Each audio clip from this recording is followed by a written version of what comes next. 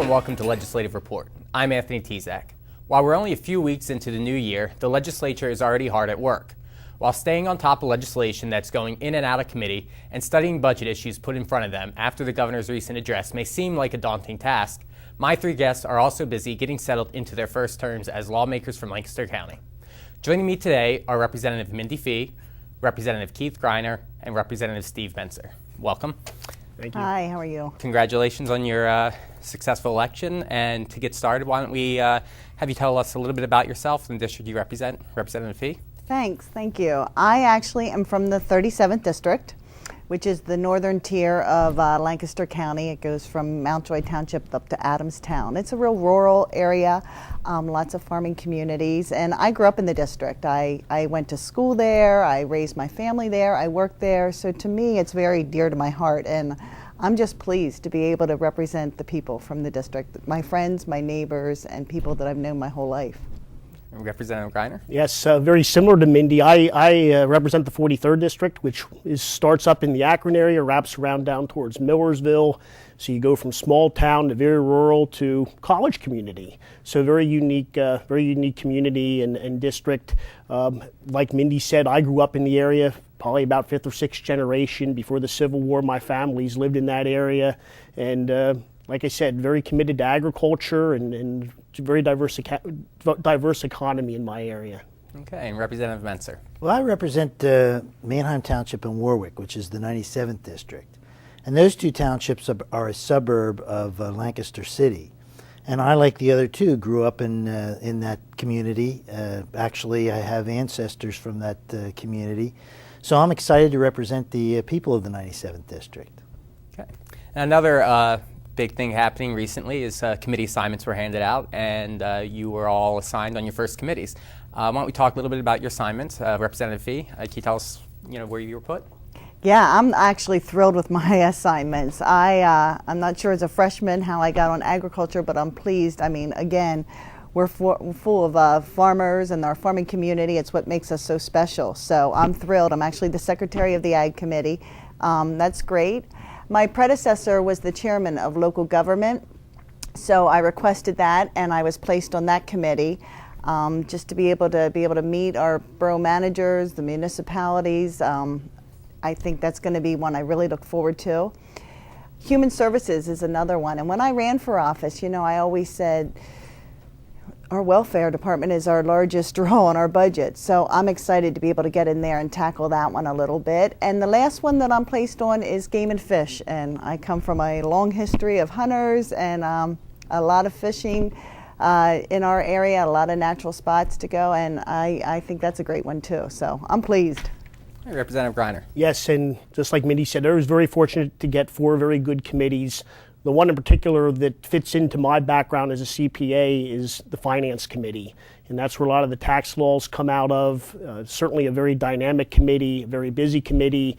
If I'm not mistaken, the last session, the busiest committee of them all, so very fortunate to serve on that. Also on aging, we have a couple of very big nursing communities retirement care communities in my area, and being Lancaster, a lot of people want to retire there, so it really fits in well with my district. And of course, thirdly, I'm serving on children and youth.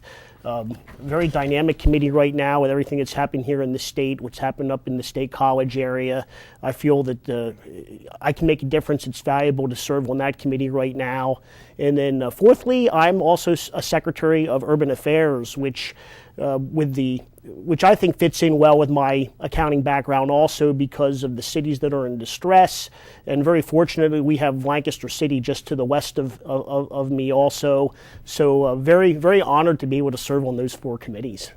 And Representative Mentzer, let's hear a little bit about your committees. Okay, well, Tony, I also have four committees, and you two have four committees, correct? Mm-hmm. That's right. Mm-hmm. Well, we must have done something wrong here, because when we got here, I guess we were both a little concerned that we wouldn't, or all three of us were a little concerned we wouldn't have enough to do. So instead of giving us three committees, they gave us four committees. So really, all I can add is that I got building and industry. I have other committees that are very similar to the other two here: human services, aging and adult, and urban affairs. So, I guess since I was 3 or 4 miles from Lancaster City, they gave me urban affairs.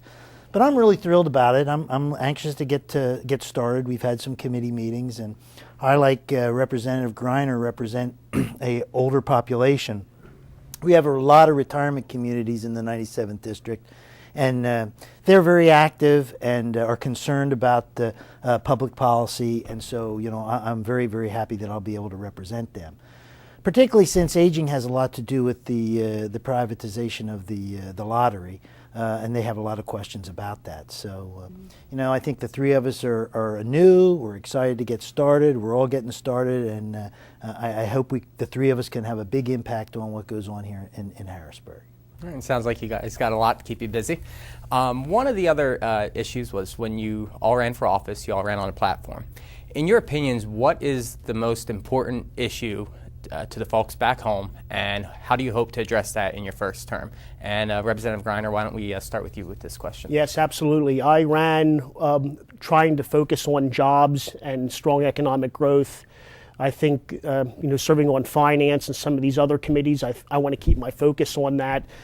Tied in with the financial situation in the state, we have to deal with the budget. We're looking at, of course, privatization of liquor. We're also looking at the pension crisis, and we do have one, and trying to get our hands around that, and the fiscal responsibility surrounding that is quite important. So that was my focus, along with fiscal responsibility. And of course, I also focused on education when I ran for office. And it was nice to see the governor talk about increasing funding here in this budget, at least preliminarily. There's going to be, a lot of questions. There's going to be a lot of debate, but looking forward to it. So I think what I ran on, I think it's fitting in very good with what I'm seeing now here initially. Okay, and Representative Mentzer. Well, one of the things I heard most frequently was property tax reform. I think, again, there are a lot of older adults in my district, and they're very concerned about their property tax, particularly their school tax. And, we're going to have to make some changes there. I don't know that we can completely eliminate property taxes economically, but we definitely have to take care of these people who have lived in their homes for 30 years and are struggling to pay their property tax. So, I'm looking forward to working on that, along with the other issues that Representative Greiner mentioned. So. Representative Fee, your most important issue? Well, again, I come from the private sector. I had 25 years experience out in the business world. So to me, anything that we can put out in the private sector and get out of government hands is a much better way of dealing with things.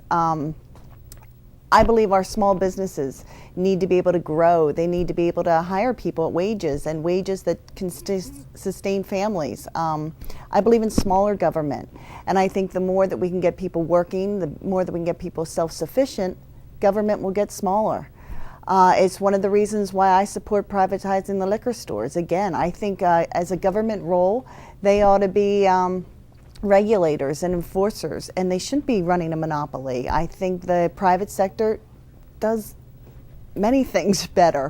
One of the things, though, the government's role is our transportation. I think we need to make sure our roads and our bridges are up to par. I mean, they are the lifeblood of our economy. If our roads and our bridges aren't taken care of, our economy won't be taken care of, and our economy will stop. So they're the type of things that I want to focus on. But again, I'm pro-business. I want to see our small businesses grow and expand, and get government out of the way for them. And Representative Fee brought up an excellent point, which is actually a topic for our next question. As newly elected lawmakers, what do you feel the role of government plays in people's lives? And Representative Mentzer, why don't we start with you on that? Well, I would just echo Representative Fee's comments here. To a certain degree, I think government just needs to get out of the way of small businessmen. And, that's the kind of initiatives I think the three of us would want to put forth. Larger government has not helped small business. It's actually made it more difficult for small business. And while everyone is well-intentioned with creating some of these laws, there are so many unintended consequences that do stifle the entrepreneurial spirit. So, I'd let Keith add to that, but I think that's... Representative. Yeah, I was going to say I echo with what they both said. I really believe the government that governs the least is the government governs the best. And I just really believe we need to get off the backs of people so they can get this economy going.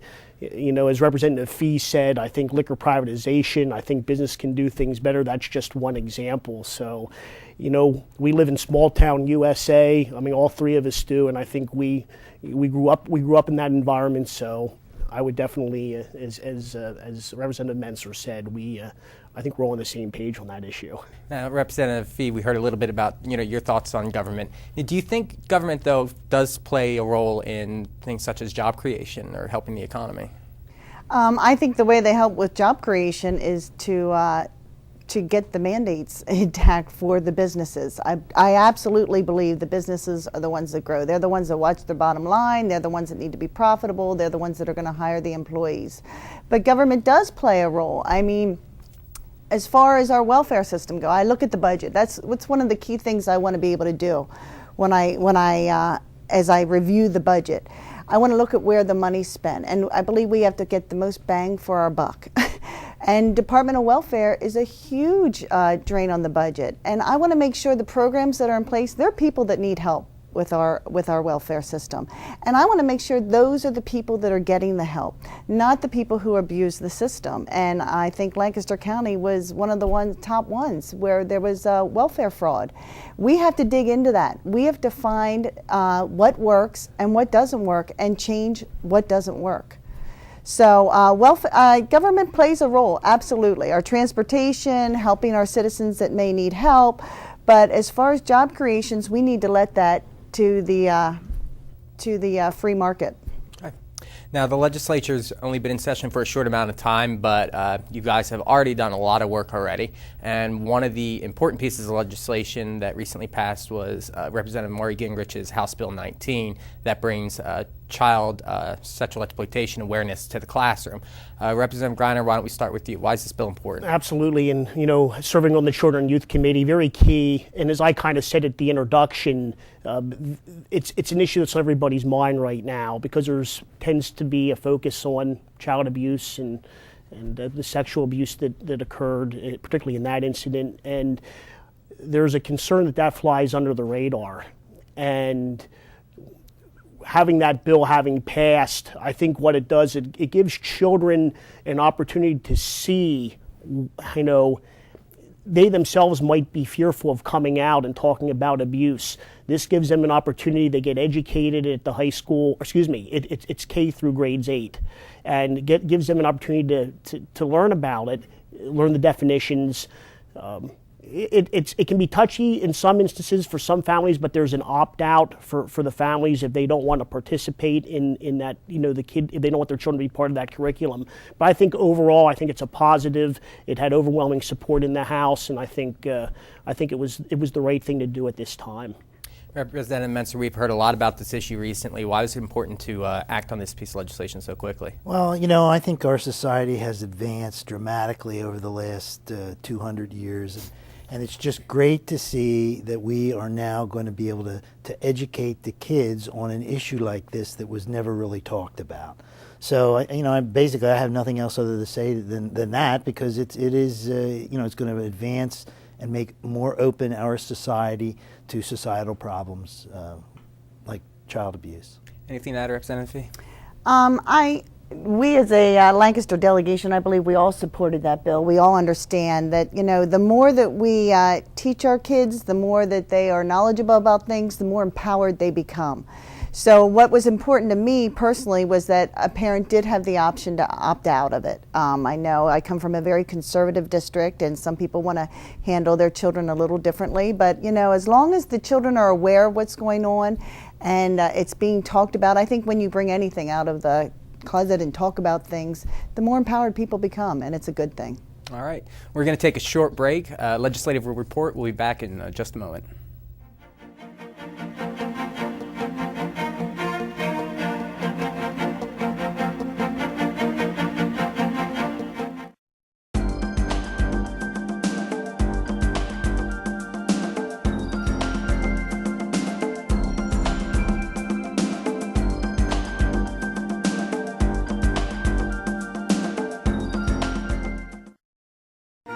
Did you know that Act 16 of 1999 honors one of the greatest leaders in the Pennsylvania House of Representatives?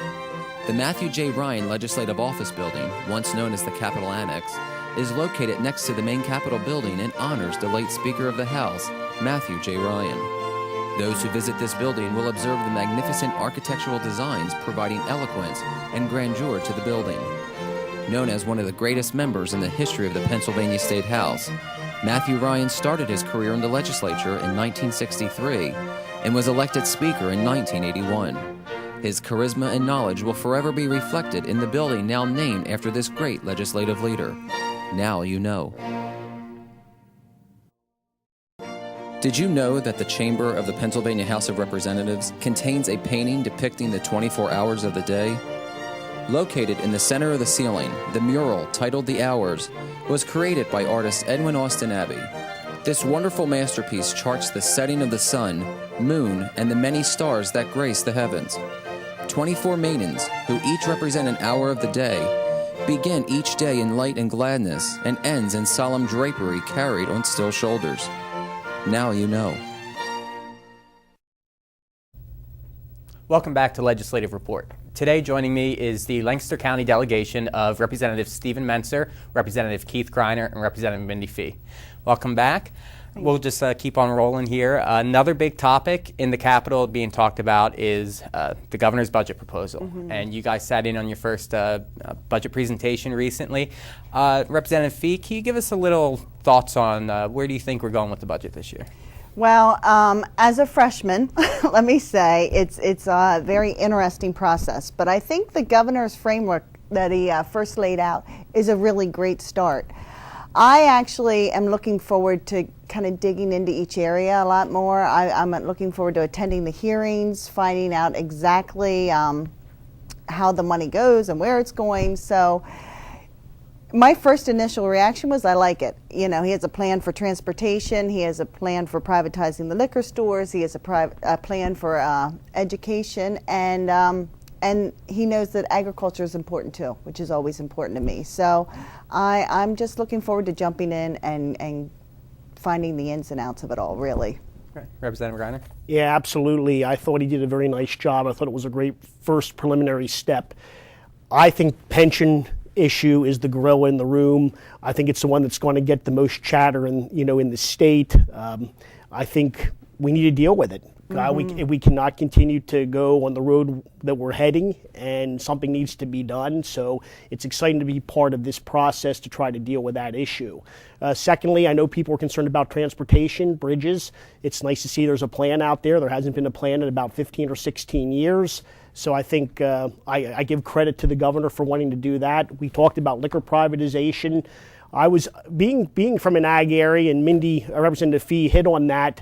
There is funding for farmland preservation too. Very impressed with that. Right. Education, mental health funding was big, and that was something that really impressed me, and something that I was glad to see in his budget. Right. So I thought, like I said, it was a great first step, and I know we're going to be sitting down with with our team, and I know the other side, and hopefully we'll come up with a really good budget that's going to be on time on June 30th. I think the people expect that, and that's our goal. And Representative Mentzer, your thoughts on the budget? Well, Mindy and Keith here pretty much summed it up. I don't know what else I can add other than, one of my first impressions when I got here was the tremendous number of bills that we were asked to co-sponsor. And I was really concerned that we might miss the major points and the major issues facing Pennsylvania. Those are pension reform and infrastructure improvements and maintenance.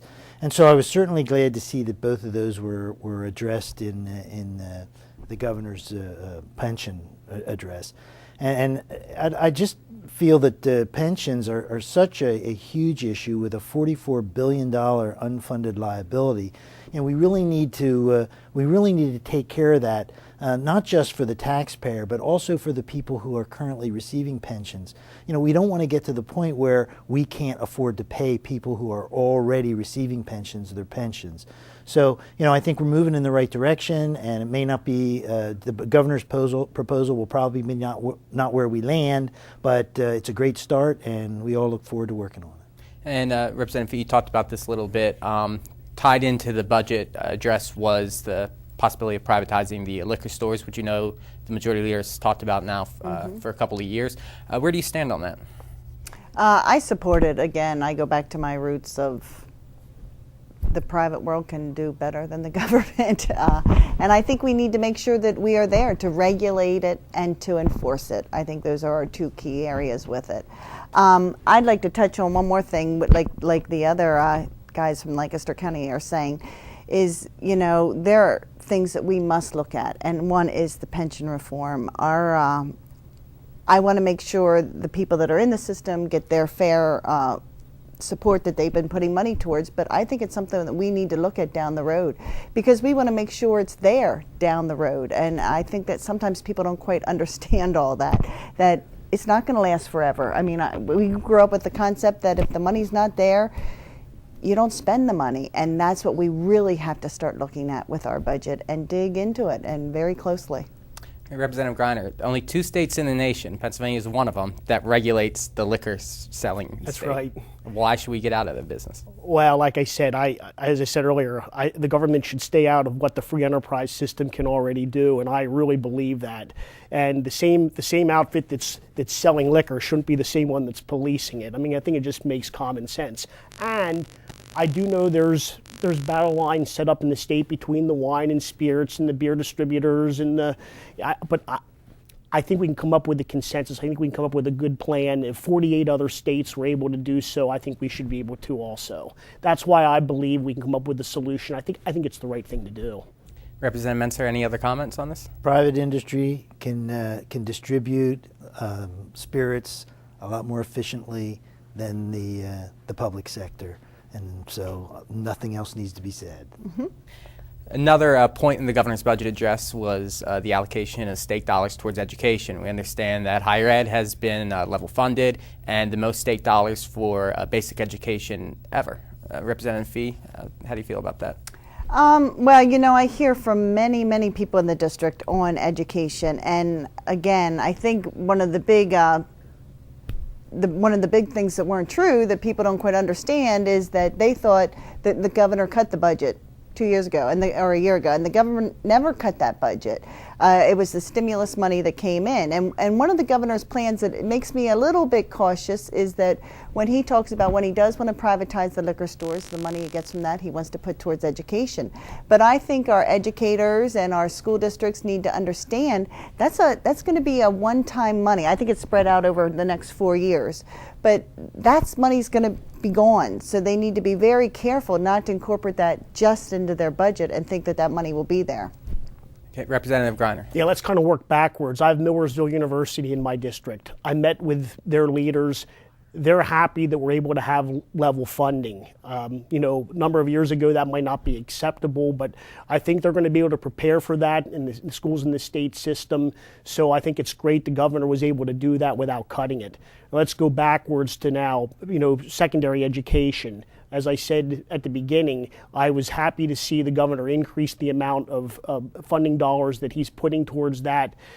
In an otherwise budget where everything else has become level funded or less, I think it's great that he's doing that. We have to be smarter. We have to think outside the box with education. We have to be able to look at mandates and not handcuff the school districts. And I think the way the education is presented today is different than when myself and my parents happened to be in school. So, like I said, I think we're heading in the right direction. I think he had a good first start with his budget address in education. Representative Mentzer? Well, Tony, you know, I think that everyone wants to improve the educational system. Legislators want to improve it. Educators want to improve it. The taxpayers want the educational system improved. And I think if we all work together, we can improve the educational system. It's going to take some reforms. It's going to take innovative thinking. But I think if we all work together, I think we can increase the productivity or the end product, the student that graduates from K through 12. We can improve that product and compete internationally, and that's what we're going to have to do. And I think that's where everybody wants to go. So. We just attended a meeting over at Hempfield where the school district was doing the what's the name of that program? the campus setting, where they're emphasizing computer use, where the children don't have to be in the classrooms. Right, and what they're starting to do is think outside the box. I believe it was Penn Manor, Manheim Township, and Hempfield who did a pilot program throughout the whole state. I mean, they're leading the way with it, but it's where the kids can get on and learn online. I mean, our kids think differently than when we do. And one of the things that struck me the most was I listened to one of the superintendents talk, and she said, Mindy, it's like a school district pays for one class but is getting two for free. And that's thinking outside the box. That's going to be a great program, I think. Well, there's no reason we shouldn't have the best educated children in the world, and I think we need to work towards that.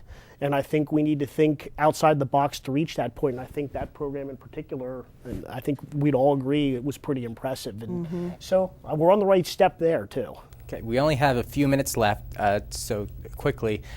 Tourism and agriculture are big parts of Lancaster County. What can the state do to help make sure these industries thrive back home? Representative Mentzer, why don't we start with you? I'll let Representative Fee start. It seems that I'm from the Ag District. Yeah, absolutely.